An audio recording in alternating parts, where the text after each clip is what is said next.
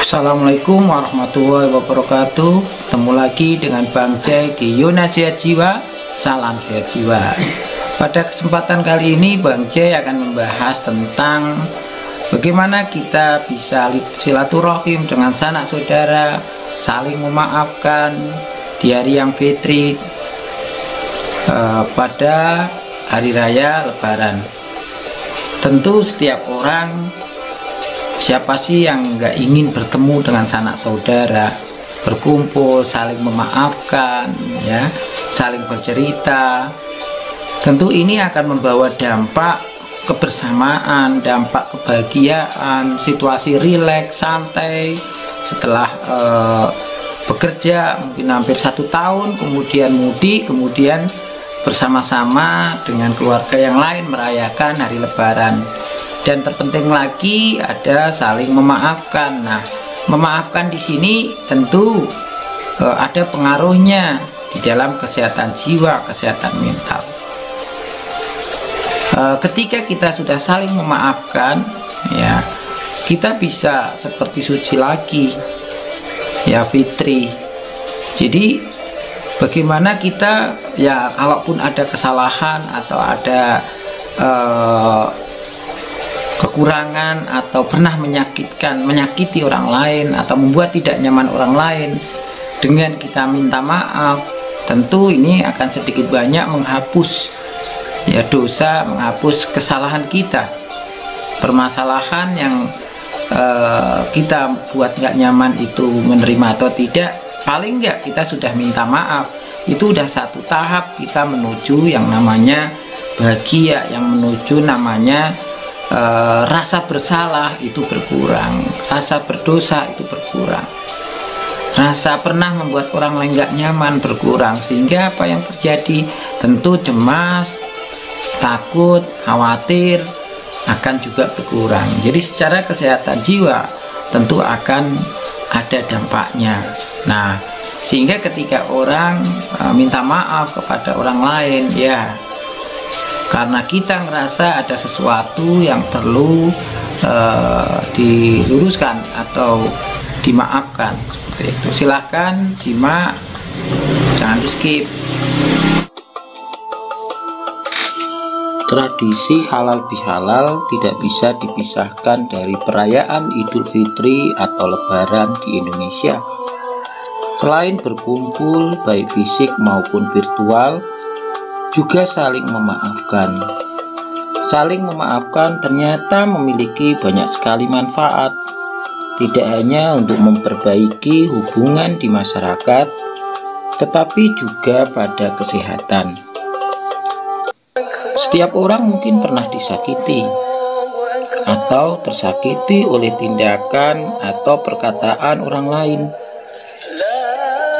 Rasa sakit ini bisa jadi timbul misalnya orang tua terus-menerus mengkritik tindakan kita, rekan kerja menyabotase proyek kita, atau pasangan kita yang berselingkuh. Sakit hati juga bisa jadi muncul ketika kita pernah mengalami pengalaman traumatis, seperti dilecehkan secara fisik atau emosional oleh seseorang yang dekat dengan kita.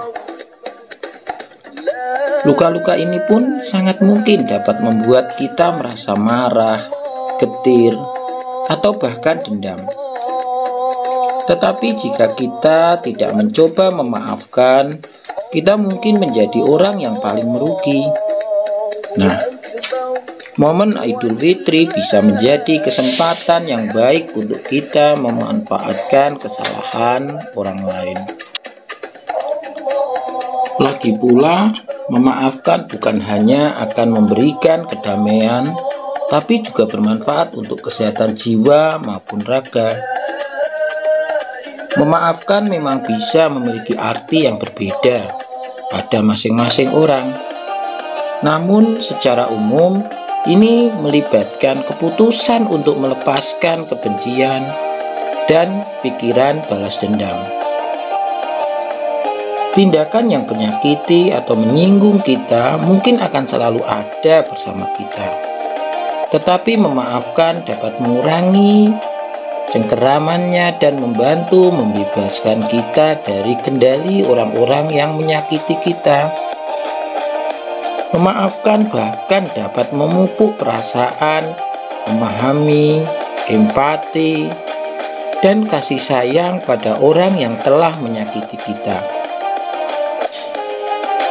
Memaafkan bukan berarti kita harus melupakan tindakan orang lain yang menyakiti kita atau berbaikan dengan orang yang menyebabkan kerugian tersebut. Inti dari memaafkan adalah melepas dendam dan kepahitan yang bisa mendatangkan semacam kedamaian untuk membantu kita melanjutkan hidup. Dilansir dari Mayo Clinic, melepaskan dendam dan kepahitan dapat membuka jalan bagi kesehatan dan ketenangan pikiran yang lebih baik. Berikut ini adalah beberapa manfaat memaafkan untuk kesehatan jiwa dan raga yang sayang kalau dilewatkan. 1. Memiliki hubungan yang lebih baik, lebih sehat bersama orang lain. Tentu ketika kita bertemu, bersilaturahim dengan orang lain akan membangun hubungan sosial yang baik, keakraban, kebersamaan, dan tentu saling menghargai. Yang kedua, meningkatkan kesehatan mental. Dengan memaafkan, kita sudah terbebas dari jeratan ketidaknyamanan, kebencian, sakit hati, dan kita bisa berkomunikasi atau berinteraksi dengan nyaman, sehingga kita mungkin saja akan mengurangi ketegangan pikiran, ketegangan emosi. Jadi pikiran kita selalu dalam kondisi yang positif. Ketiga, mengurangi kecemasan, stres, dan permusuhan. Ketika kita bertemu dengan banyak orang yang mungkin diantaranya pernah menyakiti kita, berbuat yang tidak pantas dengan kita, atau membuat kita jengkel, paling tidak kalau sudah ketemu, minimal cair saat itu bahwa apapun yang kita khawatirkan, apapun yang kita takutkan, apapun yang kita pikirkan tentang dia, belum tentu semuanya benar. Sehingga ini akan mengurangi rasa cemas dan pikiran bermusuhan dengan orang tersebut. Keempat, menurunkan tekanan darah tinggi. Yang pasti dengan banyak berkumpul dengan orang, berkumpul dengan sanak saudara, paling enggak situasinya akan jauh lebih rileks, akan lebih enjoy, sehingga otot-otot kita pun akan semakin kendor dan kerja jantung pun tidak akan semakin beban kerjanya tinggi, karena ketika kita berpikir keras atau kita selalu memikirkan hal-hal yang belum tentu jelas kebenarannya, mungkin akan cemas bahkan stres. Ini yang akan mempengaruhi tekanan darah kita. Kelima, meringankan gejala depresi, sistem kekebalan tubuh yang lebih kuat. Nah, tentu ketika kita berkumpul dengan banyak orang, saling memaafkan, saling bercerita, maka akan mengurangi rasa sedih dan tertekan. Paling nggak kita nggak sendirian. Kita bisa mencari solusi atau gambaran bahwa apa yang sebenarnya terjadi, selain kita saling memaafkan, sehingga kita mendapatkan kejelasan situasi yang sedang ada pada diri kita. Kalau kita tidak mau ketemu dengan seseorang, kemudian kita minta maaf, mungkin kita tidak akan pernah tahu apa yang sebenarnya terjadi. Nah, hal ini akan meningkatkan kekebalan tubuh kita. Yang keenam, meningkatkan kesehatan jantung. Tentu ketika kita bersilaturahim, mengunjungi sanak saudara, dari rumah ke rumah dengan berjalan kaki, akan melakukan aktivitas fisik. Nah, tentu ini latihan fisik yang bagus untuk menyehatkan jantung kita. Nah, mungkin biasanya tidak pernah kita keluar rumah, hanya kerja, duduk di kursi, di kantor ya, atau tidak melakukan banyak aktivitas fisik. Dengan Idul Fitri ini mau tidak mau orang keluar rumah, mengunjungi sanak saudara dari rumah ke rumah. Ini yang menimbulkan aktivitas fisik sederhana yang bisa membuat otot-otot terutama kerja jantung kita menjadi lebih teratur, sehingga kesehatan jantungnya akan lebih baik. Ketujuh, meningkatkan harga diri. Ketika kita keluar rumah, ketika kita ketemu banyak orang, mungkin kita akan tahu bahwa ternyata kita tidak sendirian.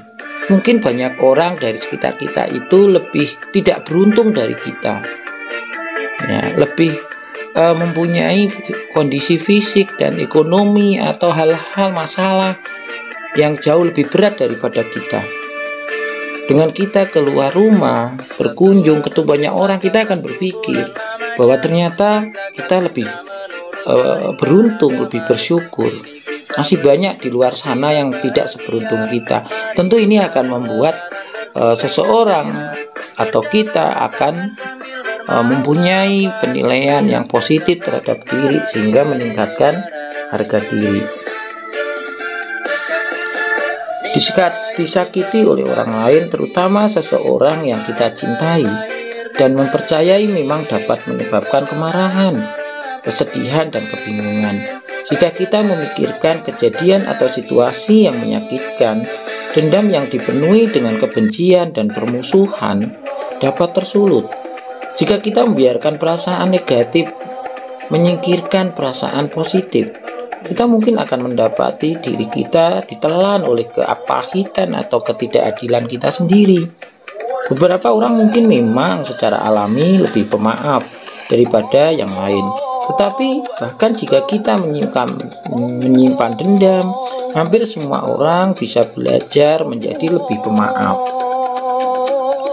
Jika kita tidak mau memaafkan, kita mungkin akan mengalami beberapa kondisi berikut, membawa amarah dan kepahitan ke dalam setiap hubungan dan pengalaman baru, menjadi begitu terkungkung dalam kesalahan sehingga tidak dapat menikmati kehidupan saat ini, menjadi depresi dan cemas, merasa bahwa hidup tidak memiliki makna dan tujuan, yang bertentangan dengan keyakinan spiritual, bahkan mungkin kehilangan hubungan yang berharga dengan orang lain. Dilansir dari Johns Hopkins Medicine, tindakan memaafkan dapat mendatangkan manfaat besar bagi kesehatan kita. Manfaat ini bukan hanya berkaitan dengan kesehatan mental atau jiwa, tapi juga kesehatan raga dan fisik. Memaafkan diantaranya dapat menurunkan resiko serangan jantung, menekan kadar kolesterol, meningkatkan kualitas tidur, mengurangi rasa sakit, menyeimbangkan tekanan darah, serta mengurangi kecemasan, depresi, dan stres. Dengan memaafkan, seseorang akan terhindar dari perasaan bersalah yang berlebihan, sehingga dapat terhindar dari gangguan stres, cemas, depresi, tidak fokus, tidak konsentrasi, dan hambatan dalam hubungan sosial yang akan merugikan masa depan seseorang. Belajar memaafkan orang dapat secara signifikan meningkatkan kesejahteraan psikologis dan kesehatan fisik. Pengampunan atau memaafkan adalah topik yang bersifat psikologis, sosial, dan biologis yang kemudian terkait dengan tubuh. Menurut Tausen, menyatakan bahwa memaafkan atau meminta maaf bisa menjadi pelepas stres yang pada akhirnya bermanfaat pada kesehatan fisik dan mental. Semakin tinggi intensitas memaafkan, maka tingkat stres akan menurun. Penurunan stres pada gilirannya menyebabkan penurunan gejala kesehatan mental atau jiwa,